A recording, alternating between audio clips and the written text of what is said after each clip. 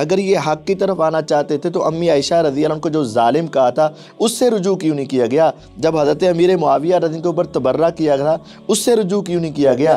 جب صحابہ کے بارے میں غدار اور باغی وغیرہ کے فتوے لگائے تھے اس سے رجوع کیوں نہیں کیا گیا؟ اصل یہ حق کی طرف رجوع نہیں کر رہے، اپنی رافضیت کو کھول کر بیان کرنے کا نام یہ لے رہے ہیں۔ جو پہلے مرزا صاحب حضرت امیر معاویہ رضی اللہ عنہ کی فضیلت بیان کر چکے ہیں یا سیدنا کہہ چکے ہیں یا ان کے بارے میں کچھ اچھے کلمات کہہ چکے ہیں، اب ان سے پیچھے ہٹنا چاہ رہے ہیں۔ جو صحابہ کے بارے میں نرم رویہ رکھ چکے ہیں اب اس سے پیچھے ہٹنا چاہ رہے ہیں۔ جو نبی علیہ الصلوۃ والسلام سے محبت کا اظہار کر چکے ہوئے اب اس سے پیچھے ہٹنا چاہ رہے ہیں، تو وہ اپنے پیچھے ہٹنے کو یہ کہنا چاہتے ہیں کہ شاید میں حق کی طرف رجوع کر رہا ہوں۔ مرزا صاحب وہ جو بلی تھیلے میں تھی نا اب وہ باہر آ رہی ہے، جو رافضیت اندر چھپی ہوئی تھی نا جس کو ہم نیم رافضی کہتے تھے، اب وہ نیم کا لفظ ختم ہو چکا ہے، وہ اصل رافضیت کی طرف آنا چاہ رہے ہیں اور اس کا نام رکھ دیا میں کتاب و سنت کی طرف آنا چاہتا ہوں۔ محبت میں آگے بڑھنے والا اور بغض کرنے والا دونوں کیا ہوئے؟ ہلاک۔ اور مرزا صاحب کیا ہو گئے؟ ہلاک۔ السلام علیکم ورحمۃ اللہ وبرکاتہ۔ بسم اللہ الرحمن الرحیم۔ ناظرین کرام، سب سے پہلے تو ہم آپ کو نہج اسٹوڈیو کے پلیٹ فارم سے خوش آمدید کہتے ہیں۔ تو میں ہوں آپ کا ہوسٹ عمر جرار اور میرے ساتھ موجود ہیں پہلے کی طرح ہی مفتی عتیق الرحمن علوی صاحب۔ تو جیسا کہ آپ جانتے ہیں کہ اس پروگرام میں ہم انجینئر محمد علی مرزا کے باطل عقائد و نظریات اور پھر اسی طرح حدیث کے اندر اس کی تحریفات، جھوٹ اور اسی طرح صحابہ کرام کی شان میں جو آئے دن یہ گستاخیاں کرتے ہیں ان تمام چیزوں کو ہم آپ کے سامنے ڈسکس کرتے ہیں اور ان کا مدلل اور مفصل جواب جو ہے آپ کی خدمت میں پیش کرتے رہتے ہیں۔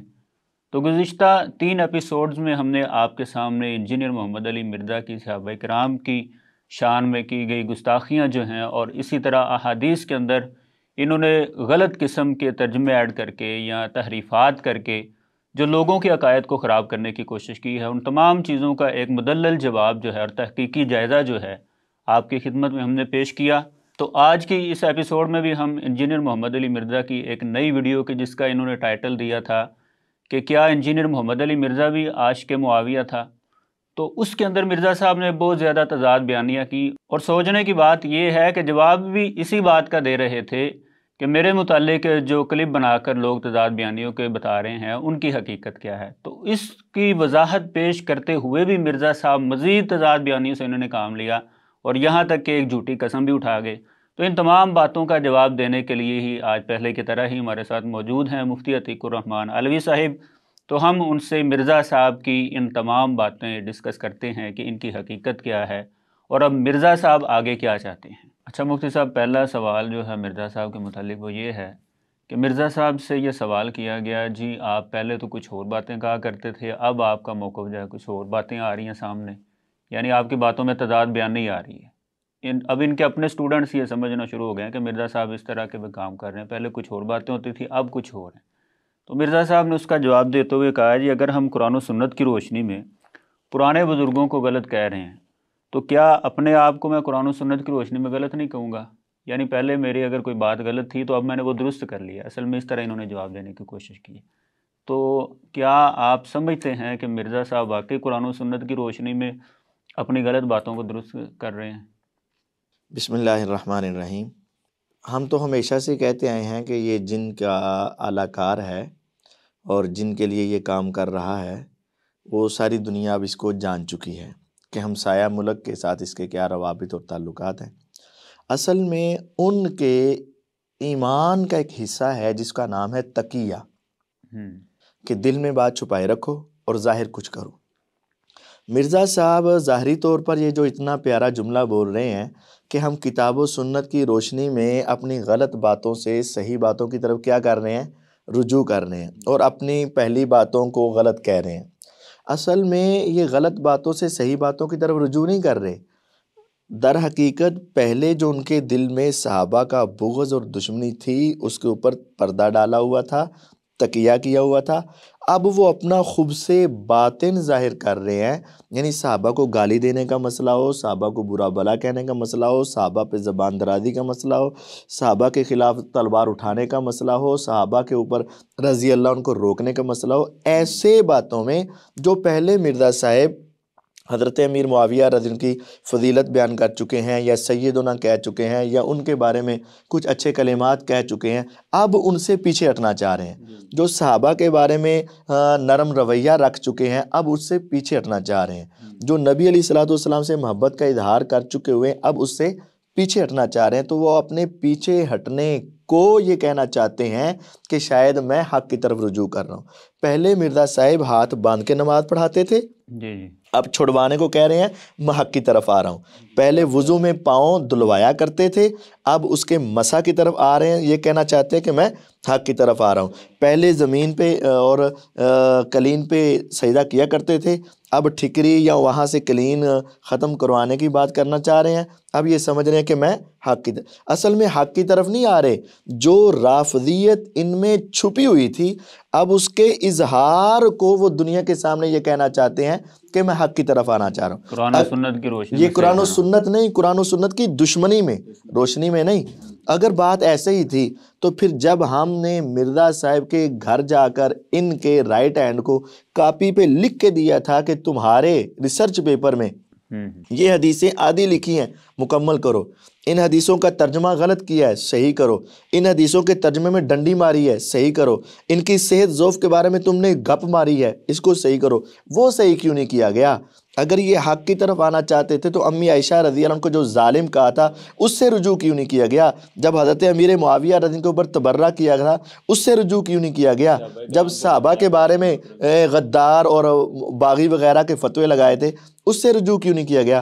اصل یہ حق کی طرف رجوع نہیں کر رہے، اپنی رافضیت کو کھول کر بیان کرنے کا نام یہ لے رہے ہیں کہ میں حق کی طرف رجوع کر رہا ہوں، حالانکہ یہ حق کی طرف رجوع نہیں، یہ اپنی اصل ہمسائے ملک والے مذہب کی طرف رجوع کرنا چاہ رہے ہیں جس کو حق کی طرف رجوع کہتے۔ اگر یہ اتنے حق کے ہی متلاشی ہیں تو آئیں ہم آپ کو 20 باتیں مرزا صاحب کی بتا چکے ہیں کہ کہاں کہاں اس نے حدیث اور قرآن کے ترجمے میں ڈنڈیاں ماری، وہاں کیوں نہیں حق کی بات کی؟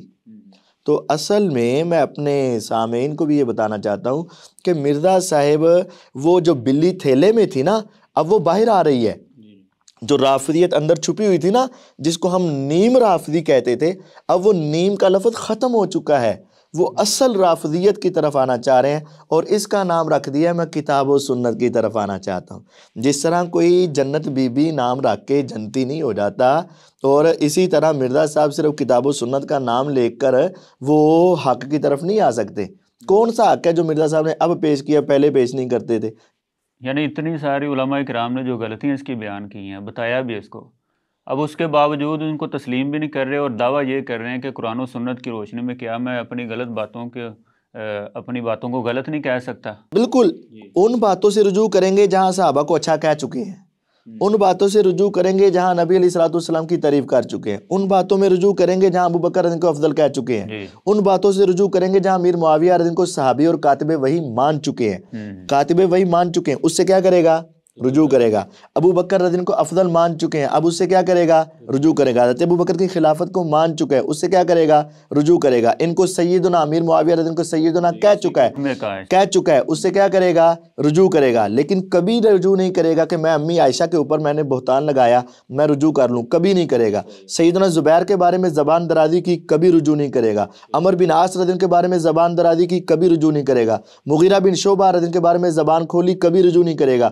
امیر معاویہ رضی اللہ عنہ کے بارے میں زبان کھولی، کبھی رجوع نہیں کرے گا۔ صحابہ کے خلاف بدزبانی کی، کبھی رجوع نہیں کرے گا۔ گستاخ رسول کو واجب القتل نہیں سمجھتا، کبھی اس سے رجوع نہیں کرے گا۔ قادیانیوں کے بارے میں نرم رویہ رکھا، کبھی اس سے رجوع نہیں کرے گا۔ روافض کے بارے میں نرم رویہ رکھا، کبھی رجوع نہیں کرے گا۔ رجوع کرے گا تو صرف ان باتوں سے جو پہلے اس سے اچھی ہو چکی تھیں لیکن ہمسایہ ملک اس کو پسند نہیں کرتا تھا، اور جو اس کو پروموٹ کرنے والے ہیں وہ اس کو کہتے ہیں کہ تو کیا کام کر رہا ہے، ان باتوں سے یہ کیا کرے گا؟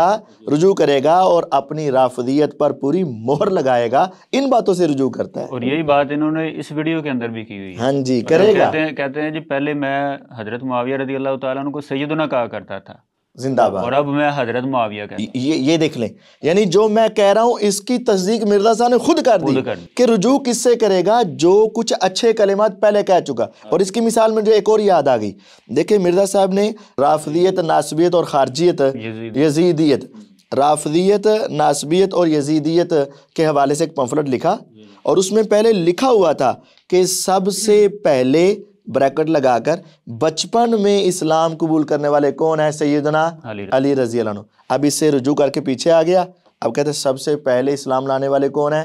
علی رضی اللہ عنہ، اور درمیان سے بچپن کا لفظ ختم کر دیا۔ پہلے اس نے لکھا ہوا تھا حضرت امیر معاویہ یعنی جنگ جمل اور صفین کا اصلی سبب قصاص عثمان کے بارے میں اختلاف رائے تھا، اب یہ کہہ رہا ہے کہ حکومت لینے کے بارے میں اصلی باتوں سے کیا کر رہا ہے؟ رجوع کر رہا ہے۔ پہلے یہ بات تسلیم کرتا تھا کہ سیدنا امیر معاویہ رضی اللہ عنہ، اب اس سے کیا کر رہا ہے؟ رجوع کر رہا ہے۔ کیا کہہ رہا ہے؟ حضرت امیر معاویہ پہلے یہ کہتا تھا رضی اللہ عنہ، اب یہ کہہ رہا ہے کوئی کہو چاہے نہ کہو میں تمہیں مجبور نہیں کرتا۔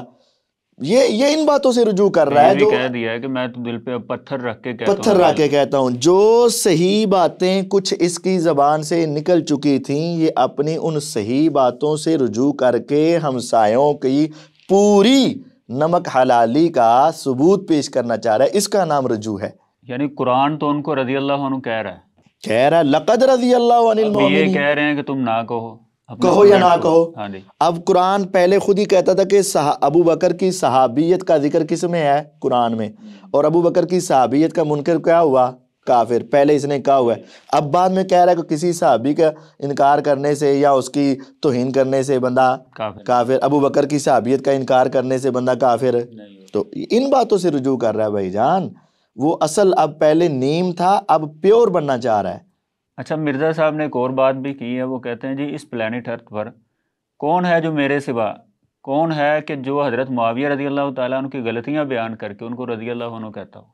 یعنی کہنا یہ چاہتا ہے کہ صرف میں ہی ہوں غلطیاں بھی بیان کرتا ہوں اور رضی اللہ عنہ بھی کہتا ہوں۔ یہ اس نے پہلے اس سے بھی رجوع ہو گیا ہے، اس سے بھی کیا ہو گیا ہے؟ نہیں، یہ اسی ویڈیو کے اندر نہیں، اس سے بھی رجوع اسی ویڈیو میں ہو گیا نا، یا اس سے رجوع اس کا ہو گیا نا، جب یہ کہہ رہا ہے کہ میں تمہیں نہیں کہتا کہ تم رضی اللہ عنہ کہو، تو پھر اس کا مطلب ہے رجوع ہو گیا نا۔ دوسری ویڈیو میں یہ کہہ رہا ہے کہ ہم دل پر پتھر رکھ کر اس کو رضی اللہ عنہ کہتے ہیں، اور تیسری ویڈیو میں یہ کہہ رہا ہے کہ میں سیدنا سے کدھر آ گیا ہوں؟ حضرت کی طرف۔ اس کا مطلب یہ ہے کہ ان کی غلطیاں بیان کر کے ان کی توہین بھی اور ان کے درجے میں کمی بھی کر رہا ہے۔ اس طرح کا کام، بلکہ اس سے بہتر کام تو اس کے روحانی والد اسحاق جھالوی صاحب کرتے تھے، غلطیاں بھی بیان کرتے تھے اپنی طرف سے جھوٹی موٹی، اور رضی اللہ عنہ بھی کہتے تھے۔ مولانا مودودی صاحب غلطیاں بھی بیان، جنہوں نے سب سے پہلے اس برائی کی بنیاد رکھی، انہی کے کام کو آگے لے، ہاں اسی کے کام کو، وہ بھی رضی اللہ عنہ بھی کہتے تھے۔ یہ اس روئے زمین پر پلانٹ ارتھ پر میں اکیلا ہوں نہیں، ہاں واقعتاً اس جیسا بندہ کوئی نہیں آیا جو اس طرح کا منافق ترین انسان ہو کہ جو کہے کہ میں دل پر پتھر رکھ کے رضی اللہ عنہ کہتا ہوں، اس طرح کا واقعتاً کوئی نہیں ہے۔ اب معاویہ رضی اللہ عنہ کو رضی اللہ عنہ مودودی صاحب بھی کہتے تھے، جھالوی صاحب بھی کہتے تھے، اور بھی کئی کہتے ہیں۔ اور اسی ویڈیو کے اندر مرزا صاحب نے یہ بات بھی کی ہے، وہ پہلے جو اس نے کی تھی وہی بات دوبارہ دہرائی کہ جی پہلے خلیفہ کے مخالفین کون تھے؟ جی وہ مرتد تھے، دوسرے کے کفار تھے، تیسرے کے مخالفین بلوائی تھے، اور چوتھے کا یہ انکار کی صورت میں کہتا ہے جی چوتھے کے مخالفین کون ہیں؟ وہ جی رضی اللہ عنہ، مذاق کے طور پر یہ بات یہ بھی دیکھ رہے ہیں۔ ایک طرف کہتا ہے کہ میں ان کی غلطیاں بیان کر کے ان کے احترام اسی طرح کرتا ہوں اور رضی اللہ عنہ کہتا ہوں، اور دوسری طرف ان کو ایک تمسخرانہ اور ایک تضحیکانہ انداز میں بیان کرتا ہے، اور پھر سیدنا سے حضرت کی طرف آ گیا۔ اور مجھے وہ بھی یاد آ رہا ہے کہ ایک کلپ میں مرزا صاحب نے یہ بات بھی کہی تھی کہ جدوں دا مجھے پتا چلیا نا میں پہلا ایک وطر پڑھ لینا ہوں سی، جدوں دا پتا چلیا کہ میر معاویہ ایک وطر پڑھ دے سن تو میں ایک وطر چھاڑ دیتا، تو یہ سنت کو چھوڑ دیا، حدیث کو چھوڑ دیا۔ تو یہ واقعتاً مرزا صاحب جیسا اس پلانٹ ارتھ کے اوپر کوئی بندہ نہیں ہے جو ظاہر میں صحابہ کا محبت کا دم بھرے اور حقیقت میں دل پر پتھر رکھ کے ان کو رضی اللہ عنہ کہے، ایسا نہیں۔ یا تو کہتے ہی نہیں ہے، اور اگر دوسرے کہتے ہیں تو دل سے کہتے ہیں، لیکن یہ دل پر پتھر رکھ کے، اس طرح کا واقعتاً کوئی انسان نہیں ہے ہمارے علم میں۔ اچھا، اگلی بات انہوں نے یہ کی ہے، وہ کہتے ہیں کہ ہم نے کبھی بھی حق کا راستہ نہیں چھوڑا، بالکل جو بات جس طرح تھی من و عن اسی طرح بیان کی ہے، تو اس بات میں کتنی حقیقت ہے؟ لعنت اللہ علی الکاذبین، یہ تو اسی طرح ہے جیسے ابلیس کہہ دے میں نے آج تک حق کا راستہ کبھی نہیں چھوڑا، یعنی یہ کہہ رہا ہے کہ ہم نے حق کا راستہ آج تک کبھی نہیں چھوڑا۔ تو کیا حضرت امی عائشہ رضی اللہ عنہ کو ظالم کہنا یہ حق کا راستہ ہے؟ کیا عمر بن عاص رضی اللہ عنہ پہ تبرہ کرنا حق کا راستہ ہے؟ کیا مغیرہ بن شعبہ رضی اللہ عنہ کے بارے میں نازیبہ کلمات کہنا حق کا راستہ ہے؟ کیا حضرت امیر معاویہ رضی اللہ عنہ کو رضی اللہ عنہ دل پہ پتھر رکھ کے کہنا یہ حق کا راستہ ہے؟ کیا صحابہ کے حوالے سے نازیبہ کلمات کہنا یہ حق کا راستہ ہے؟ اور پھر ہر بات کو من وعن ہم نے بیان کر دیا، کتنا بڑا دنیا کا بدترین جھوٹ ہے۔ ہم نے مرزا صاحب کے ریسرچ پیپر سے ہی کئی مرتبہ ثابت کیا ہے کہ منوان تم بات کیسے کرتے ہو، جب ترمذی میں لکھا ہوا ہے کہ زید بن ارقم رضی اللہ عنہ نے کہا کہ سب سے پہلے کون مسلمان ہوئے؟ حضرت علی، تو فوراً ہی ابراہیم نخعی نے اس بات کا انکار کیا اور ابو حمزہ تابعی کو بتایا کہ نہیں حضرت علی نہیں، کون مسلمان ہوئے؟ حضرت ابو بکر۔ یہ پوری روایت ہے، تو پوری کیوں نہیں نقل کی؟ منوان آدھی کیوں نقل کر دی جب آگے جواب موجود ہے؟ مستدرک حاکم کے اندر بھی یہی بات تفصیل سے موجود تھی، اس کو آدھا کیوں نقل کر دیا؟ صحیح بخاری کی روایت وہ جہاں حضرت عمر رضی اللہ عنہ کی شہادت کا ذکر ہے، وہاں حضرت عمر رضی اللہ عنہ کے حق میں حضرت علی کے اقوال بخاری اور مسلم کی روایت میں حضرت علی نے جو تعریفی کلمات کہے ان کو درمیان سے چھپا گیا اور آگے پیچھے سے حدیث بیان کر دی۔ منوان کیسے پیش کی ہے؟ اور پھر حضرت عثمان کی وہ بیعت کے وقت پہلے حضرت عبد الرحمن بن عوف رضی اللہ عنہ نے آپ کی بیعت کی تھی، تو یہ وہاں سے وہ کلمات کو چھپا گیا اور یہ کہتا ہے کہ حضرت علی نے پہلے بیعت کی۔ منوان کیسے بیان کر دیا جناب؟ اور صحیح بخاری کے اندر سے روایت میں جب حضرت معاویہ رضی اللہ عنہ کے بارے میں ایک تابعی یا ایک محدث اللہ کی قسم اٹھا کے کہتا ہے کہ معاویہ جو ہیں وہ افضل تھے، تو یہ کلمات بھی اس کے درمیان سے چھپا گیا۔ تو یہ تو روایات میں حضرت علی رضی اللہ عنہ کا نام لے کر حضرت معاویہ کے فضائل کو چھپا جاتا ہے، حدیثوں میں تبدیلی کرتا ہے۔ منوان کیسے تسلیم کرتا ہے؟ حق کا راستہ اگر مانتے ہو نا، حق کا راستہ بتاتے ہو نا، آؤ میں تمہیں حق کی بات بتاتا ہوں۔ صحیح مسلم کی روایت 4709 4710 اس کے اندر یہ بات موجود ہے کہ نبی صلی اللہ علیہ وسلم نے کروایا کہ میرے بعد 12 خلیفہ ہوں گے۔ اگر حق کا راستہ مانتا ہے نا تو یہ کہہ دے کہ میں 12 خلیفہ مانتا ہوں، حضور نے فرمایا۔ یہ تو کہتا ہے میں معاویہ کو خلیفہ ہی نہیں مانتا، خلیفہ تو پھر حق کا راستہ کیسے ہوا؟ میں حدیث دے رہا ہوں نا، اگر یہ کہتا ہے حق کا راستہ مانتا ہوں، اٹھائیں صحیح مسلم اسلام 360 سے 4710 نمبر روایت، پیچھے جائیں گے تو 9 بھی 8 بھی 7 بھی 6 بھی کافی روایات ہیں، لیکن یہ روایات مسند احمد میں 28 کی تعداد تک ہیں۔ لیکن میں صرف ایک روایت تمہیں سنانا چاہتا ہوں، اگر حق مانتا ہے نا تو اس میں 2 باتیں دیکھ لے۔ 4710 میں ہے کہ مسلسل 12 خلیفہ ہوں گے، یہ 12 خلفاء کا اقرار کرے، اور اگر حق کا راستہ مانتا ہے نا تو اس روایت میں ہے کہ نبی علیہ السلام نے فرمایا ان کے دور میں دین غالب قائم دشمنوں سے محفوظ رہے گا، تو ان کو مانے کہ ہاں ان کے دور میں دین غالب قائم اور دشمنوں سے، یہ تو کہتا ہے دین کا بیڑا غرق ہو گیا، نبی کی ساری محنت خاک میں ملا دی۔ وہ کہتا ہے نا کربلا ہوا کیوں؟ کربلا ہوا کیوں کہ نبی کی ساری زندگی کی محنت کو ضائع کر دیا گیا۔ حضور خود فرما رہے ہیں، تو اگر حق کا راستہ ماننا ہے نا تو مان، حضور خود فرما رہے ہیں کہ 12 خلیفہ ہوں گے اور ان کے دور میں دین قائم رہے، غالب قائم دشمنوں سے محفوظ رہے گا۔ یہ ایک روایت ہی مان جائے تو ہم سمجھ لیں گے کہ ہاں حق کی طرف آ رہا ہے، لیکن نہیں، قیامت تک نہیں۔ اور پھر اسی طرح یہ اپنے پمفلٹ میں جو انہوں نے علامہ البانی رحمہ اللہ کا حوالہ دیا ہوا ہے ایک حدیث پر، جو انہوں نے اس حدیث کو صحیح کہا ہوا ہے، حالانکہ وہ ضعیف روایت، وہ جو 30 خلفاء والی روایت ہے نا، اس سے آگے ہے کہ بنو امیہ بدترین حکومت کرنے والے بادشاہ ہیں، بل ہم ملوک من شر الملوک، تو یہ جو کہتا ہے نا منوان بیان کرتا ہوں اور حق کا راستہ، اوپر یہ علامہ البانی رحمہ اللہ نے لکھا ہے کہ یہ روایت کا اگلا حصہ جو ہے یہ کیا ہے؟ ضعیف ہے۔ حشرج بن نباتہ اس روایت میں کیا ہے؟ ضعیف ہے، تو یہ اس کو مانتا ہی نہیں، یہ اس کو صحیح کہہ رہا ہے۔ منوان کیسے بات مان لی؟ اور البانی رحمہ اللہ نے کہا ہے کہ بعد والے خلفاء کو امیر معاویہ کو بھی خلیفہ کہا جائے گا، منوان اس نے کیسے مان لی؟ صحیح مسلم کی روایت بیان کرتے وقت حضرت معاویہ رضی اللہ کے خلاف کہ اس روایت میں ہے کہ معاویہ رضی اللہ عنہ کے بارے میں بتایا عبداللہ بن مسعود رضی اللہ نے، عبداللہ بن عباس رضی اللہ عنہ نے کہ وہ کھانا کھا رہے ہیں. جی جی. تو اس نے ترجمہ کرتے وقت کیا کہہ دیا؟ معاویہ کہتے ہیں میں کھانا کھا رہا ہوں. یہ منوان ہے، یہ تو بالکل جھوٹ اور بہتان ہے. اور عمدۃ القاری کا حوالہ میں نے پہلے پیش کیا ہوا تھا کہ عمدۃ القاری کے اندر ملا علی قاری حنفی رحمہ اللہ نے ایک بات بیان کی ہے مہلب کی، جی جی. اور اور اس سے آگے اپنا تبصرہ کیا ہے اور کہا ہے کہ مہلب کی یہ بات روایت کے الفاظ کا جو تقاضا ہے اس کے خلاف ہے. تو مرزا صاحب اگلی بات چھپا گئے، یعنی اس کا جواب چھپا گئے اور پچھلی بات بیان کر گئے. تو یہ کہتا ہے میں منوان مانتا ہوں اور حق کا راستہ مانتا ہوں. حق کا راستہ چھپاتا ہے، بالکل حق کا راستہ چھپاتا ہے اور حق بات منوان بیان نہیں کرتا ہے.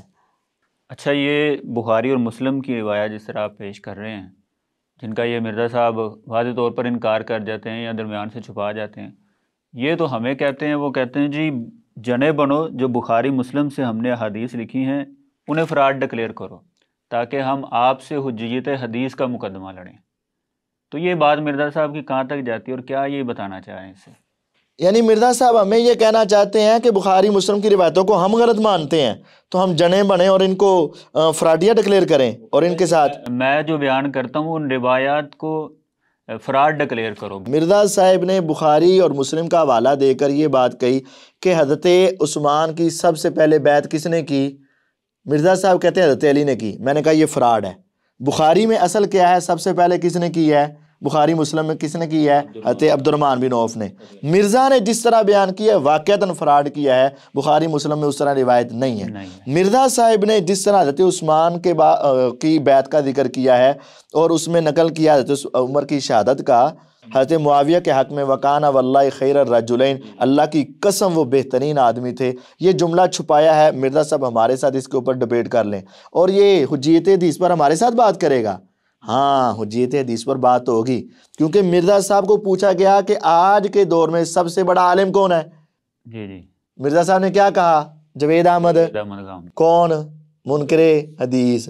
گویا کہ مرزا صاحب واقعتاً ہمارے ساتھ بحث کرنا چاہتے ہیں. ہم حدیث کے قائلین ہیں اور مرزا تمام وہ روایات جو حضرت معاویہ کے حق میں ہے ان کا منکر ہے، تمام وہ روایات جو صحابہ کے حق میں ہیں ان کا منکر ہے. اور مرزا صاحب جب غامدی کی ڈگر پر چل چکے ہیں تو غامدی صاحب بھی انکار حدیث پر ہیں، مرضی کی حدیثیں لے لی اور مرضی کی حدیثیں چھوڑ دی اور مرزا صاحب ان کو سب سے بڑا عالم سمجھ رہے ہیں. تو گویا کہ یہ بھی مرضی کی حدیثیں لیں گے اور مرضی کی حدیثیں چھوڑیں گے. تو واقعتاً ہماری ان سے ڈیبیٹ بنتی ہے. ہم کہتے ہیں مرزا صاحب ہمارے ساتھ ٹائم کرو، ہم تمہیں بھی اور غامدی صاحب کو بھی چیلنج دیتے ہیں ہمارے ساتھ واقعتاً حجیت حدیث پہ بات کرو بات ہمارے ساتھ. اچھا، وہ تو کہتے ہیں کہ میرے لیے مشکل تھا کہ میں یہودیوں والا کام کرتا جو باقی علماء نے کیا ہوا ہے. یعنی یہ جس طرح کی اس کی تحریفات آپ بتا رہے ہیں کہ کہاں کہاں سے اس نے چھپائی ہیں، وہ یہی الزام ہمارے علماء پر لگاتا ہے کہ علماء جو ہیں انہوں نے اپنے اپنے فرقے کی سپورٹ میں جو حدیثیں تھیں وہ بیان کی ہیں اور باقی انہوں نے چھوڑ دی ہیں. میرے لیے مشکل تھا کہ میں یہودیوں والا کام کرتا. یعنی میرے لیے مشکل تھا یہودیوں والا کام کرنا؟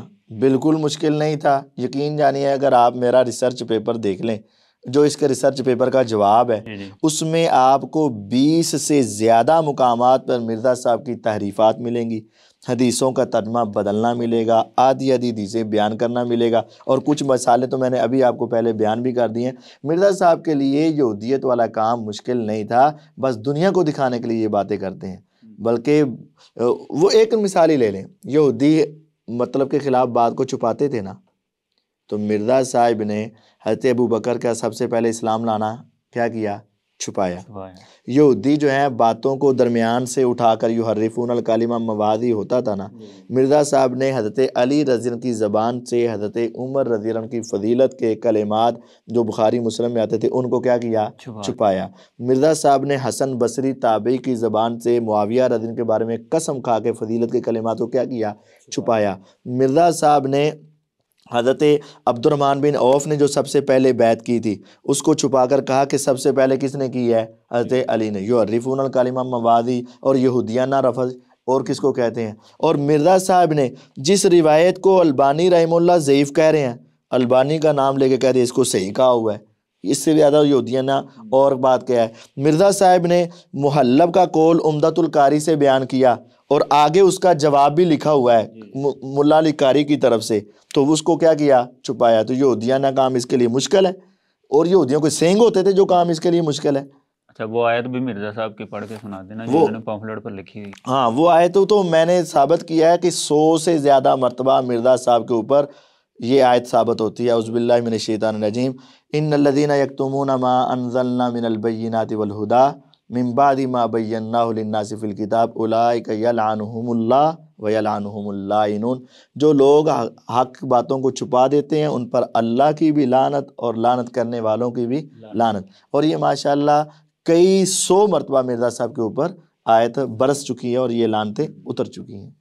اچھا مفتی صاحب، یہ مرزا صاحب نے ایک نیا مسئلہ جو گڑھا ہوا ہے سیدنا علی رضی اللہ تعالیٰ عنہ کے حوالے سے، انہوں نے ایک ضعیف روایت کا سہارا بنا کر اس کو بنیاد بنا کر پھر اس میں یہ سارا اپنا مقدمہ کھڑا کیا اور ایک اپنی لمبی چوڑی لوجک بیان کی۔ جی نبی علیہ السلام نے فرمایا تھا کہ سیدنا علی کی مثال عیسیٰ بن مریم علیہ السلام کی طرح ہے، تو ان کے متعلق یہ بات کر کے اور پھر آگے ایک اور سیدنا علی رضی اللہ تعالیٰ عنہ کا قول پیش کیا کہ انہوں نے فرمایا کہ میری وجہ سے 2 فرقے جو ہیں، ایک ان میں سے جنت میں جائے گا اور ایک جہنم میں جائے گا۔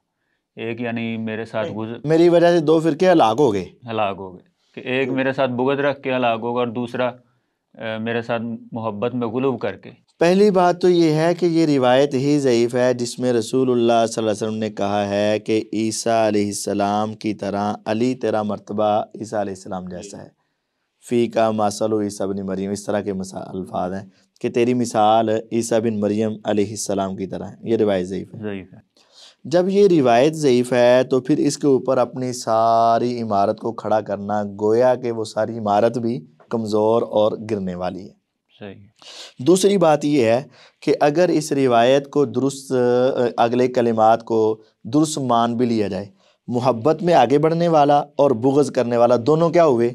ہلاک۔ اور مرزا صاحب کیا ہو گئے؟ ہلاک، کیونکہ یہ محبت میں آگے بڑھ گئے۔ محبت میں غلو کرتے ہوئے انہوں نے حضرت علی رضی اللہ عنہ کو حضرت ابوبکر سے بھی افضل بنا دیا۔ محبت میں غلو کرتے ہوئے انہوں نے ان کی خلافت کو ابوبکر کی خلافت سے بھی اعلیٰ اور روحانی قرار دے دیا۔ محبت میں غلو کرتے ہوئے انہوں نے ان کی وجہ سے باقی صحابہ کو ان کی توہین کی اور ان کو ان کے درجے سے گرانے کی کوشش کی۔ تو محبت میں غلو کرنے والے مرزا صاحب ہیں، اور نفرت کے اندر غلو کرنے والے ناسبی ہیں جو حضرت علی کو برا بلا کہتے ہیں۔ بحمدللہ نہ تو ہم ان کو برا بلا کہتے ہیں اور ہم ان کا چوتھا نمبر مانتے ہیں، ہم ان کا چوتھا نمبر اور اپنی مرضی سے نہیں۔ اب دیکھیں مرزا صاحب اپنی لوجک، اپنی عقل کے ساتھ یہ بات ثابت کرنا چاہتے ہیں کہ وہ پرسنالٹی ایسی تھی جو عیسیٰ علیہ السلام کے درجے کی ہے، جو پرسنالٹی ایسی تھی جو عیسیٰ علیہ السلام کے درجے کی، گویا کہ تمام صحابہ سے بڑھانا چاہ رہے ہیں۔ حالانکہ صحیح بخاری کی 2 روایات غور فرمائیں۔ عبداللہ بن عمر رضی اللہ عنہ فرماتے ہیں کننا لا نعدل فی زمان رسول اللہ صلی اللہ علیہ وسلم بی ابی بکر احدا ثم عمر ثم عثمان۔ یہ صحیح بخاری میں کننا، ہم سب، یعنی سب صحابہ کا اجماع تھا کہ زمانہ نبوت میں نبی علیہ السلام کی موجودگی میں تمام صحابہ ابو بکر رضی اللہ عنہ کے برابر کا کسی کو نہیں سمجھتے تھے، کسی کو نہیں۔ لا نعدل بی ابی بکر احدا، ابو بکر کے مقابلے کا کسی کو نہیں سمجھتے۔ تو اب حضرت علی نیچے آگے نا، ثم عمر، پھر حضرت عمر، ثم عثمان، پھر تیسرے نمبر پہ کون؟ عثمان رضی اللہ تعالیٰ۔ اسی روایت کی شرح میں امام ابن حجر عسقلانی رحمہ اللہ فتح الباری میں لکھتے ہیں کہ تمام اہل سنت کا اجماع ہے کہ عثمان کے بعد چوتھے نمبر پر کون ہے؟ حضرت علی رضی اللہ تعالیٰ۔ تو گویا کہ صحابہ کا بھی اجماع اور امت کے اہل سنت کا بھی اجماع ہے کہ حضرت علی کا کیا نمبر ہے؟ چوتھا۔ ابو بکر پہلا، عمر دوسرے، تیسرا حضرت عثمان رضی اللہ عنہ کا، مرتبے کے اعتبار سے بھی اور خلافت کے اعتبار سے بھی۔ یہاں 2 باتیں کہتا ہوں۔ مرزا صاحب کہتے ہیں میں حق کی طرف رجوع کرتا ہوں، کتاب و سنت کی طرف رجوع کرتا ہوں، بخاری کی یہ روایت مانو۔ اور مرزا صاحب کہتے ہیں حضرت علی سے محبت کی غلو کرنے والے ہلاک ہو گئے۔ ہم تو اس روایت کے اوپر کہتے ہیں کہ روایت کے اوپر کلام ہے۔ اگر ہم مرزا صاحب کی زبانی تسلیم کر لیں وقتی طور پر کہ حضرت علی سے محبت میں غلو کرنے والا کیا ہوگا؟ ہلاک۔ حضرت علی کا نمبر کون سا تھا؟ چوتھا۔ اور ان کو پہلے نمبر پہ لانے والا کیا ہو گیا؟ ہلاک۔ صحیح بخاری کے اندر ہی ہے حضرت عبد الرحمن بن عوف رضی اللہ تعالیٰ نے جب حضرت علی اور عثمان رضی اللہ عنہما ان میں سے کسی ایک کو خلیفہ بنانا تھا تو وہاں قسم اٹھائی تھی. کس نے؟ عشرہ مبشرہ میں سے ایک. کون؟ بدری صحابی. کون؟ مہاجر صحابی عبد الرحمن ابن عوف رضی اللہ تعالیٰ. ان کا واللہ لا آلو ان افضلکم، اللہ کی قسم اے علی اور عثمان جو تم میں سے افضل ہوگا اسی کو خلافت دوں گا، اس سے کمی نہیں کروں گا. اور پھر انہوں نے یہ کہا کہ میں نے صحابہ تابعین سب کو دیکھا، لا یعدلون بعثمان احدا، وہ عثمان کے برابر کا کسی کو، یعنی کہ نبی علیہ السلام کے دور میں تمام صحابہ اور حضرت علی اور حضرت عثمان کے دور میں جو تمام صحابہ و تابعین سب، ان کا اجماع ہے کہ عثمان کے برابر کا کسی کو نہیں. گویا کہ وہ چوتھے نمبر پہ کس کو سمجھتے ہیں؟ حضرت علی کو. تو اگر یہ مرزا صاحب حق کی طرف رجوع کرنے والے ہیں، اور اگر مرزا صاحب من وعن تسلیم کرنے والے ہیں، اور اگر مرزا صاحب واقعتاً ان دو گروہوں میں شامل نہیں ہے کہ نہ تو محبت میں غلو کریں اور نہ بغض کریں، درمیان میں رہیں، تو پھر ان کو یہ روایت مان کر حضرت علی کا کون سا نمبر ماننا چاہیے؟ چوتھا. ورنہ اگر چوتھے کو پہلے پر لے آئیں تو پھر کیا ہو جائیں گے؟ محبت میں غلو اور تباہ ہو، اور وہ ہو چکے ہیں. اچھا، اب ان سے یہ پوچھا جائے کہ یہ بخاری مسلم کی جو رٹ لگاتے ہیں، تو اب بخاری مسلم کے مقابلے میں ایک ضعیف روایت کو بنیاد بنا کر اتنا بڑا مقدمہ کھڑا، تو ایسا ہی ہے میٹھا میٹھا اب کوڑا کوڑا تو بخاری کی یہ روایت کیوں نہیں مانتے؟ اور اوپر سے کہتے ہیں کہ میں حجیت حدیث پر ان سے مقدمہ لڑوں. ہاں، تو اگر حجیت حدیث پر لڑنا تو ہم یہ دو حدیثیں پیش کرتے ہیں، مان تو یا پھر ہمارے اوپر بات کر، ہمارے ساتھ بات کر. اور اگر یہ کہتا ہے نا میں نے رجوع کیا ہے، چلیں آج تک مرزا صاحب کو شاید یہ روایت نہ پتہ چلی ہو، ہم نے یہ بتا دیا نا دو روایتیں، اب رجوع کر لے. اچھا مفتی صاحب، اگلا ہمارا سوال یہ ہے، امام احمد بن حنبل رحمہ اللہ، اگر تو ان کی بات ان کے یعنی مقدمے کے خلاف ہو یا ان کے نظریے کے خلاف ہو، تو اس وقت تو امام احمد بن حنبل کی بھی گستاخی کر جاتے ہیں. تو جب ان کے حق میں کوئی بات آ رہی ہو تو وہ فوری طور پہ کہہ دیتے ہیں جی دیکھیں امام احمد بن حنبل نے فرمایا ہے کہ سب سے زیادہ فضائل حضرت علی کے بیان ہوئے ہیں. ایک تو آپ نے اس پہ بھی تھوڑی سی روشنی ڈالنی ہے، اور دوسری بات انہوں نے یہ کی ہے کہ میں نے ایک بابا چھوڑا تھا، یعنی امام احمد بن حنبل کے متعلق اس طرح کی یہ لینگویج استعمال کی مرزا صاحب نے. یعنی ان کا موقف تھا کہ مشاجرات صحابہ جو ہیں یہ ہمیں ڈسکس نہیں کرنے چاہیے امام احمد بن حنبل کا. تو مرزا صاحب نے کہا جی پھر یہ حدیثیں کیوں مسند احمد میں لے کر ہیں؟ کیا یہ ہمیں یہ بتانا چاہ رہے ہیں کہ نعوذ باللہ نبی کی بات جو ہے اس کو بند کر دیا جائے؟ تو آپ اس حوالے سے کیا کہتے ہیں کہ محدثین نے جو یہ روایات لے کر آئے ہیں اور پھر محدثین نے یہ بھی کہا ہے کہ ان کو ڈسکس نہ کیا جائے، تو اس کی کیا حقیقت ہے؟ پہلی بات تو یہ ہے کہ امام احمد بن حنبل رحمہ اللہ کا جو قول ہے نا کہ علی رضی اللہ عنہ کے فضائل سب سے زیادہ ہیں، تو اس کو سمجھ لیا جائے. حضرت علی رضی اللہ تعالیٰ کے فضائل کے بارے میں روایات کی تعداد سب سے زیادہ ہے، روایات کی تعداد، لیکن ان روایات سے فضائل کو اگر جمع کیا جائے، مثال کے طور پر ایک ہی فضیلت 50 روایتوں میں آ رہی ہے، تو روایات کتنی ہو گئی؟ 50. وہ ایک بھی ہوتی تو فضائل کتنے ہونے تھے؟ 50. فضائل ایک ہی ہو تو 50 ہو گئی، پھر بھی فضائل کتنے ہیں؟ ایک. یوں سمجھے ایک شخصیت کے والے سے 50 روایتوں میں ایک فضیلت آئی ہے، اور ایک کے روایت بارے میں 10 روایتیں اور 10 فضیلتیں ہیں. فضیلتیں زیادہ کس کی ہوئیں؟ جس کی 10 ہیں، لیکن روایتیں کس کی زیادہ ہوئیں؟ جس کی ایک فضیلت ہے، یعنی 50 روایتیں ہو گئیں. بات سمجھے کہ نہیں؟ یعنی روایات زیادہ ہیں لیکن سب روایتوں میں فضیلت ہے، روایات کم ہے لیکن فضیلتیں 10 ہیں. تو یہ فضیلت کی بات اور ہے اور روایات کی بات اور ہے. دوسری بات یہ ہے کہ جس طرح حضرت علی رضی اللہ عنہ کے حق میں فضائل کی روایات کافی زیادہ ہیں، تو امام ابن قیم رحمہ اللہ نے فرمایا کہ ان کے اور حضرت معاویہ رضی اللہ عنہ کے فضائل اتنے گڑے گئے کہ لاکھوں کی تعداد میں پہنچ گئے. تو من گھڑت روایات بھی تو بہت زیادہ ہیں، ضعیف روایات بھی تو بہت زیادہ ہیں. اصل میں دیکھا یہ جاتا ہے کہ صحیح روایات کی تعداد کتنی ہے اور پھر ان روایات سے ملنے والے فضائل کتنے ہیں. تو جتنے مرضی فضائل ہوں، میں نے آپ کو وہ بخاری کی ایک روایت سنا دی، بلکہ 2 روایات۔ عبداللہ بن عمر رضی اللہ عنہ فرماتے ہیں کہ زمانہ نبوت میں ہم ابو بکر رضی اللہ کے مقابلے کا کسی کو نہیں سمجھتے تھے، اجماع ہو چکا ہے، اجماع امت تھا۔ پھر صحابہ کہتے ہیں عمر کے مقابلے کا نہیں، پھر تیسرے نمبر پہ عثمان کے مقابلے کا کوئی نہیں، اور پھر دوسری روایت سنا دی کہ ابو عبد الرحمن بن عوف رضی اللہ عنہ فرمایا اللہ کی قسم تم دونوں میں جو افضل ہوگا اس کو دوں گا خلافت۔ اور پھر کہا کہ صحابہ و تابعین میں سے کوئی بھی عثمان کے برابر کا کسی کو نہیں، تو پھر افضل تو وہ ہو گئے نا، امت کا اجماع تو اس پر ہو گیا نا۔ ہاں، احمد بن حنبل رحمہ اللہ کی بات کا مسئلہ یہ ہے کہ ان کی فضیلت میں روایات کی تعداد بہت زیادہ ہے، اب ان میں صحیح کتنی ہے ضعیف کتنی ہے یہ الگ کرنی پڑیں گی، اور اتنی زیادہ تعداد میں فضائل کتنے آئے ہیں وہ الگ سے دیکھنے پڑیں گے۔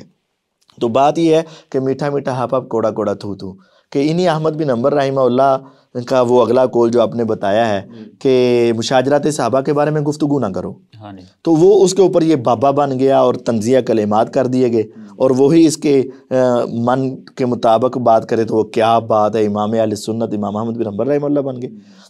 اور اب یہ مسئلہ سمجھ لیں کہ ان احادیث کا بیان کرنا جن میں صحابہ کی آپس میں مشاجرات ہیں یا آپس میں کوئی اختلافات ہیں، ان کو بیان کرنا کیسا ہے، محدثین کیوں روکتے ہیں اور خود کیوں بیان کرتے ہیں؟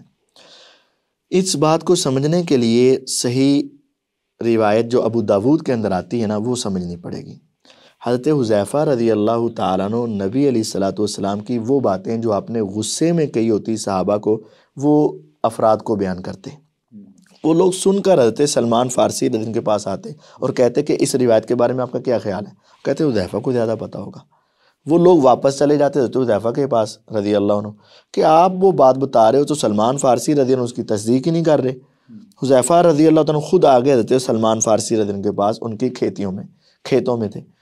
تو جب حذیفہ کے پاس حضرت حذیفہ کے حضرت سلمان فارسی رضی اللہ عنہ کے ساتھ ملاقات ہوئی تو حضرت سلمان نے کیا کہا، حذیفہ تمہیں نہیں پتا کہ رسول اللہ صلی اللہ علیہ وسلم کبھی غصے میں ہوتے تھے کبھی خوش ہوتے تھے، اور تو نبی کی وہ باتیں جو آپ نے کسی موقع پر کہیں صحابہ کے بارے میں، ان کو بتا کر ایک کی محبت کو بڑھانا چاہتا ہے اور بعض کی بغض بڑھانا چاہتا ہے، اور کسی کی محبت بڑھانا چاہتا ہے اور کسی کے بارے میں بغض پیدا کرنا چاہتا ہے۔ ان دونوں جملوں کو ذرا ذہن میں رکھو، علی رضی اللہ عنہ کی کیا کرنا چاہتا ہے؟ محبت بڑھانا چاہتا ہے، اور معاویہ کی کیا کرنا چاہتا ہے؟ نفرت، بغض۔ حضرت اہل بیت کا ذکر کر کے حضرت عمر بن عاص، مغیرہ بن شعبہ، عبد الرحمن بن عوف، زبیر رضی اللہ عنہ، طلحہ رضی اللہ عنہ، امی عائشہ رضی اللہ عنہ، ان کے بارے میں کیا کرنا چاہتا ہے؟ بغض پیدا کرنا، نیوٹرل صحابہ کے بارے میں بغض پیدا کرنا۔ تو انہوں نے کہا کہ تم بعض کی محبت اور بعض کا بغض پیدا کرنا چاہتے ہو اور لوگوں کے درمیان فرقہ واریت اور اختلاف پیدا کرنا چاہتے ہو، تم اس کام سے باز آ جاؤ، ورنہ میں حضرت عمر رضی اللہ عنہ کو لکھ دوں گا، پھر وہ خود ہی تمہیں روک لیں گے۔ لکھ دوں گا، کیا مطلب؟ خود ہی تمہیں روک لیں گے۔ تو یہ تو فہم سلف ہے کہ ایسے انداز میں وہ باتیں بتانا کہ بعض کی محبت پیدا ہو اور بعض کی دشمنی اور نفرت پیدا ہو، یہ حرام ہے۔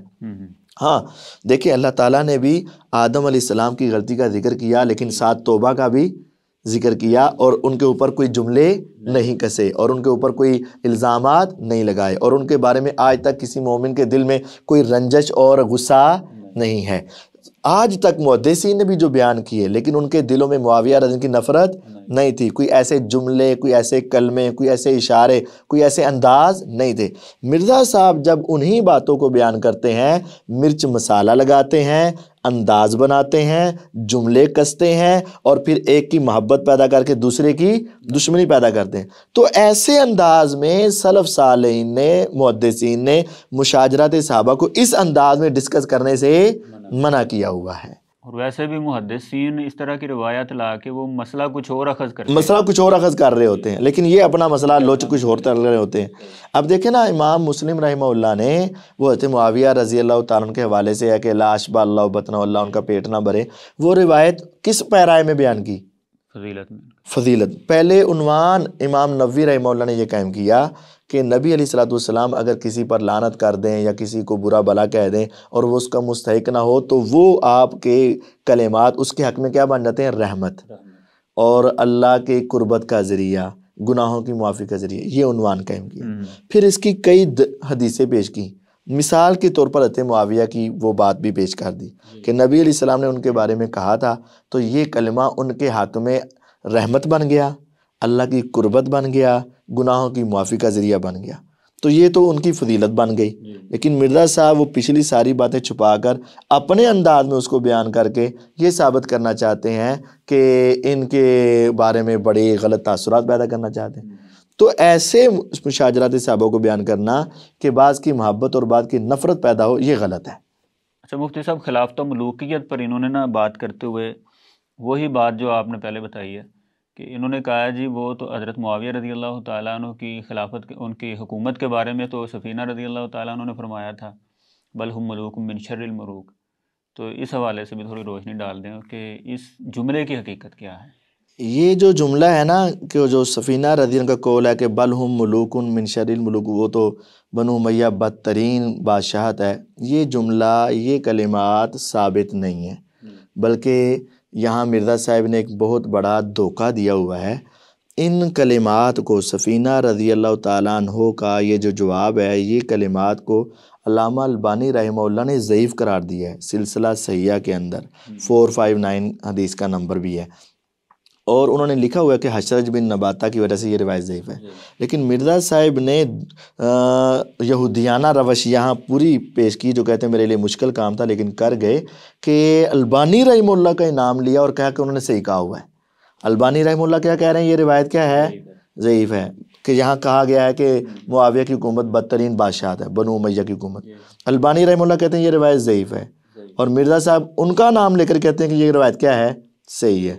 پہلا علمی جواب تو یہ کہ یہ روایت ضعیف ہے اور مرزا صاحب نے یہاں یہودیانہ طرز عمل اپنایا ہے۔ دوسری بات ہے کہ یہ بات سمجھ لیں کہ خلافت راشدہ، یعنی جو 30 سال خلافت علی منہاج النبوہ ہے، وہ واقعتاً 30 سال ہے، لیکن اس کے بعد بھی خلافت کا لفظ بھی آتا ہے اور ملوکیت کا لفظ بھی آتا ہے۔ خلافت کا لفظ بھی آتا ہے اور ملوکیت۔ خلافت کا لفظ صحیح مسلم 4710 نمبر روایت میں، اور ملوکیت کا لفظ مختلف روایات میں آتا ہے کہ 30 سال تک خلافت ہوگی، اس کے بعد رحمت والی بادشاہت ہوگی۔ تو یہ بادشاہت بھی تو سلیمان علیہ السلام بھی بادشاہ تھے، داؤد علیہ السلام بھی بادشاہ تھے، حضرت یوسف علیہ السلام نے اپنے آپ کو بادشاہ کہا ہے، ربی قد آتیتنی من الملک، تو یہ بادشاہت بھی کوئی بری چیز ہے؟ داؤد علیہ السلام کی حکومت کو بادشاہت بھی کہا گیا، بادشاہت بھی کہا گیا ہے، تو خلافت بھی کہا گیا ہے، یعنی ایک وقت میں بادشاہ بھی کہا جا سکتا ہے اور خلیفہ۔ ہاں جی، حضرت معاویہ رضی اللہ عنہ بادشاہوں میں سے پہلے بادشاہ ہیں، لیکن ان کی بادشاہت رحمت والی بادشاہت ہے۔ عبداللہ بن عباس رضی اللہ عنہ فرماتے ہیں کہ میں نے بادشاہت میں معاویہ سے بڑھ کر کوئی اس کے زیادہ حقدار دیکھا ہی نہیں، یعنی بادشاہ بھی ہے۔ اور ان کو حدیث نبوی میں 12 خلفاء والی میں جو 4710 ہے صحیح مسلم میں، تو خلیفہ بھی کہا گیا۔ یہ تو کہتے ہیں کہ میں تمہارے کہنے سے وہ خلیفہ نہیں ہو جائیں گے، ہمارے کہنے سے واقعتاً نہیں ہوں گے، اور مرزا سے نہ ماننے سے ان کی خلافت ختم نہیں ہوگی، جب نبوت کی زبان سے نکل۔ ہاں، یہاں کریں ہمارے اوپر حجیت حدیث، یہاں کریں ہمارے اوپر حجیت حدیث کا اوپر۔ اگر یہ کہتا ہے میں حق بات مانتا ہوں، اس روایت کو مانے، حجیت حدیث پہ مناظرہ کرنا ہے تو ہم کہتے ہیں یہ حدیث حجت ہے، مرزا اس کا انکار کرتا ہے، کرے ہمارے ساتھ مناظرہ حجیت حدیث یہ پہ۔ اپنی لوجک بیان کرتے ہوئے ان کی خلافت کا انکار کرتے ہوئے پتہ نہیں کس طرح کی باتیں کر جاتے ہیں جی، اس طرح تو پھر شہباز شریف کو بھی خلیفہ کہہ دو۔ ایویں اس کی کس نے بیعت کی ہے؟ بھئی خلافت ایک نظام ہے، یہ جس کو مرضی خلیفہ کہہ دو یہ نہیں ہوتا، خلافت ایک نظام حکومت ہے، یہ تو جمہوریت ہے۔ جمہوریت اور خلافت یہ تو آسمان زمین کا فرق ہے، ایک ہے خلافت، ایک ہے جمہوریت۔ تو جمہوریت تو یہ ہے، یہ خلافت کیسے بن گئی؟ خلافت اور ہے، جمہوریت اور ہے بھائی جان۔ مسند ابو داؤد طیالسی جو ہے اس میں سے یہ ایک روایت کا حوالہ دے کے کہتے ہیں جی کہ انہوں نے سفینہ رضی اللہ تعالیٰ عنہ نے کہا تھا کہ معاویہ رضی اللہ تعالیٰ عنہ پہلے بادشاہ ہیں، خلیفہ راشد نہیں ہیں۔ یہ لفظ دو ہیں، ایک ہے پہلے بادشاہ ہیں کہ خلیفہ راشد نہیں ہے، یہ غلط ہے۔ پہلے بادشاہ ہیں، یہ بات درست ہے، ٹھیک ہے، بادشاہوں میں سے پہلے بادشاہ بھی ہیں اور خلیفہ بھی ہیں، دونوں ہی ہیں، لیکن خلیفہ راشد نہیں، یہ وہاں لفظ نہیں ہے، وہاں نہیں ہے، وہاں لفظ نہیں ہے۔ یہ بھی مرزا صاحب نے اپنی پچر لگائی ہوئی ہے۔ اچھا، کہتے ہیں کہ جو خلافت ایز اے ٹرم خلیفہ راشد تھے وہ وہی ہیں 5، یعنی ابو بکر، عمر، عثمان، علی، اور پھر بعد میں حضرت حسن رضی اللہ تعالیٰ عنہ ہیں، اور پھر کہتے ہیں کہ کسی درجے میں جا کے عمر بن عبدالعزیز بھی آ جاتے ہیں خلیفہ راشد میں۔ تو اب میرا سوال یہاں پہ یہ پیدا ہوتا ہے کہ پیچھے تو مرزا صاحب بیان کر کے آئے ہیں کہ خلافت راشدہ جو ہے وہ 30 سال تک ہے، تو عمر بن عبدالعزیز کیا یہ بھی 30 سال کے اندر ہی آئے ہیں؟ وہ یہی ہے نا، میٹھا میٹھا حباب کوڑا کوڑا تھو تو، مرضی کی آئے تو عمر بن عبدالعزیز رحمہ اللہ کو شامل کر لیں، مرضی نہ آئے تو معاویہ کو باہر نکال دیں، یہ تو ان کی اپنی مرضی ہے۔ اصل میں 12 خلفاء والی روایت کو دیکھیں کہ وہاں خلیفہ بھی کہا گیا اور بادشاہ بھی کہا گیا، تو معاویہ رضی اللہ بادشاہ بھی ہیں اور خلیفہ بھی ہیں، دونوں باتیں ہیں۔ صحیح ہے، یعنی جس طرح عمر بن عبدالعزیز کو ہم خلیفہ راشد خلیفہ بھی کہہ سکتے ہیں، بادشاہ بھی کہہ سکتے ہیں، اور بعض محدثین نے ان کو خلیفہ راشد کہا ہوا ہے نا، تو اس اعتبار سے ان کو بھی معاویہ کو بھی کہہ سکتے ہیں، کہا جا سکتا ہے۔ ہاں، لیکن اگر نہیں بھی کہتے تو کوئی مسئلہ نہیں ہے، ان کے نہ کہنے سے کیا رحمت والی بادشاہ تو رحمت والی بادشاہ تو کہیں گے نا، تو رحمت والی بادشاہ تھی کہیں گے نا۔ علامہ البانی رحمہ اللہ نے بھی کہا ہے کہ خلفائے راشدین کے بعد والوں کو بھی خلیفہ کہنا جائز ہے، سلسلہ سیاح 459 کے اندر عربی والے میں نکل گیا ہوا ہے۔ اچھا مفتی صاحب، مرزا صاحب نے فاتحہ خلف الامام کے متعلق اب نیا موقف اختیار کر لیا ہوا ہے، وہ کہتے ہیں جی جہری نمازوں میں سکتے اگر امام کرے تو یہ بہت اچھی بات ہے کہ ان سکتوں کے اندر یہ آپ پڑھ سکتے ہیں، اگر امام سکتے نہیں کرتا، اگر نہ بھی کرے تو آپ کا سن لینا یہ پڑھنے میں داخل ہے، تو یعنی وہ سکتوں کے اندر آپ کا سن لینا، اگر وہ سکتے نہیں کرتا تو پھر آپ کا امام کا سن لینا ہی آپ کے لیے کافی ہے۔ نہیں، یہ آدھی بات انہوں نے صحیح کہی ہے اور آدھی بات انہوں نے غلط کہی۔ امام بخاری کا انہوں نے غالباً حوالہ دیا ہے کہ امام بخاری کا یہ موقف نہیں تھا، یہ اگر ان کا موقف کہا ہے تو غلط کہا ہے، اگر انہوں نے اقوال نقل کیے تو وہ درست ہے۔ بات سمجھ لیں، آدھی بات درست ہے اور آدھی بات غلط ہے۔ امام کے پیچھے جب بندہ ہوتا ہے تو اس کی مختلف حالتیں ہیں، ایک ہے نماز شروع کی، ابھی امام اپنے منہ میں وہ دعائے استفتاح پڑھ رہا ہے، ایک وہ حالت ہے، ایک ہے امام نے قرات شروع کر دی ہے، وہ حالت ہے، ایک ہے قرات کے درمیان میں امام وقفے کر رہا تھا، الحمدللہ رب العالمین تھوڑی دیر رکا، الرحمن الرحیم تھوڑی دیر رکا، یہ وقفہ بھی ہے، اور پھر ایک ہے سورہ فاتحہ ختم ہوئی اس کے بعد رکا، ٹھیک ہے۔ اصل میں سبھی جگہوں پر جائز ہے، کسی ایک روایت میں یہ بھی آتا ہے کتاب جز القراء خلف الامام کے اندر نا، یا کتاب القراءت کے اندر بھی، کہ امام سے پہلے ہی پڑھ لو فاتحہ، پہلے حصے میں بھی جائز ہے۔ اب امام کے پیچھے پیچھے پڑھ لو، وہ بھی جائز ہے، سکتوں میں پڑھ لو، وہ بھی جائز ہے، امام کے ساتھ ساتھ پڑھ لو، وہ بھی جائز ہے۔ اصل میں شریعت نے یہ توسع وسعت رکھی تھی کہ آپ امام سے پہلے بھی پڑھ سکتے ہو، امام کے ساتھ ساتھ بھی پڑھ سکتے ہو، امام کے وقفوں میں بھی پڑھ سکتے ہو، اور امام کے سکتوں میں بھی پڑھ سکتے ہو، چاروں طریقے جائز تھے۔ لیکن یہ مرزا صاحب کا ایک طریقے کو مختص کر لینا اور باقی سب کی نفی کر دینا، یہ غلط ہے۔ ہم کہتے ہیں وہ ایک طریقہ بھی ہے کہ سکتوں میں پڑھ سکتے ہیں، یہ ایک طریقہ ہے۔ دوسرا طریقہ ہے کہ وقفوں میں پڑھ سکتے ہیں، الحمدللہ رب العالمین وقفہ ہوا، الرحمن الرحیم وقفہ ہوا، سکتوں میں بھی درست ہے، وقفوں میں بھی درست ہے، ساتھ ساتھ پڑھنا بھی درست ہے، اور اس سے پہلے پڑھنا بھی درست ہے، کیونکہ آپ علیہ السلام نے جب یہ کہہ دیا لا صلاۃ لمن لم یقرأ بفاتحۃ الکتاب، جس نے سورہ فاتحہ نہیں پڑھی اس کی نماز نہیں۔ اور جب صحیح مسلم میں ابو ہریرہ رضی اللہ عنہ سے پوچھا گیا کہ ہم امام کے پیچھے ہوتے ہیں، فرمایا جی میں پڑھ لو، یعنی آہستہ آواز میں پڑھ لو۔ اب یہ نہیں کہا کہ وقفوں میں پڑھ لو، انہوں نے یہ نہیں کہا کہ سکتوں میں پڑھ لو، یہ نہیں کہا کہ پہلے، یعنی سبھی جائز ہیں۔ ہم چاروں حصوں کو جائز قرار دیتے ہیں اور شریعت بھی یہی قرار دیتی ہے، لیکن مرزا صاحب کا ایک حصے میں پابند کر دینا اور باقی سے روک دینا اور کہنا اگر وہاں نہ ہو تو پھر نہ پڑھو، یہ غلط موقف ہے، یہ کتاب و سنت کے موافق موقف نہیں ہے۔ یہ تو کہتے ہیں کہ امت کی اکثریت کا یہ موقف ہے، بالکل غلط ہے، امت کے چند افراد کا یہ موقف ہے اور جو دلیل کے اوپر قائم نہیں ہے۔ کہتے ہیں امام احمد بن حنبل ہو گئے، امام مالک ہو گئے، سب کا یہ موقف تھا، سب کا یہ موقف نہیں ہے، چند افراد کا یہ موقف ہے اور یہ دلیل کے اوپر قائم نہیں ہے۔ حدیث یہی ہے کہ امام کے پیچھے سورہ فاتحہ پڑھنی ہے، حدیث نے کوئی جگہ مختص نہیں کی۔ اب دیکھیں نا، امام کے پیچھے کی 4 حالتیں میں نے آپ کو بتائیں، امام کے فاتحہ شروع کرنے سے پہلے، وقفوں میں، ساتھ ساتھ اور سکتے میں۔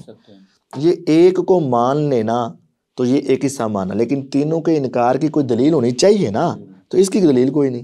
ٹھیک ہے، اور پیچھے امام کے پڑھنے میں اس جگہ پہ خاص کر دینا، اس خاص کرنے کی بھی دلیل کوئی نہیں۔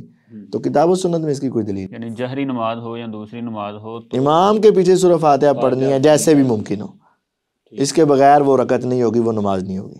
جزاک اللہ جی مفتی صاحب، آپ نے بڑے ہی اچھے انداز میں انجینئر محمد علی مرزا کے غلط قسم کے عقائد اور نظریات جو تھے ان کا تحقیقی جائزہ ہمارے ناظرین کے سامنے پیش کیا۔ تو ناظرین آج ہمیں اجازت دیجیے، انشاءاللہ نیکسٹ ایپیسوڈ میں ہم مزید مرزا صاحب کے جو غلط نظریات اور عقائد ہیں اور اسی طرح احادیث کے اندر جو انہوں نے ڈنڈیاں ماری ہیں وہ بھی آپ کے سامنے واضح کرتے رہیں گے۔ تو آج ہمیں اجازت دیجیے، السلام علیکم ورحمۃ اللہ وبرکاتہ۔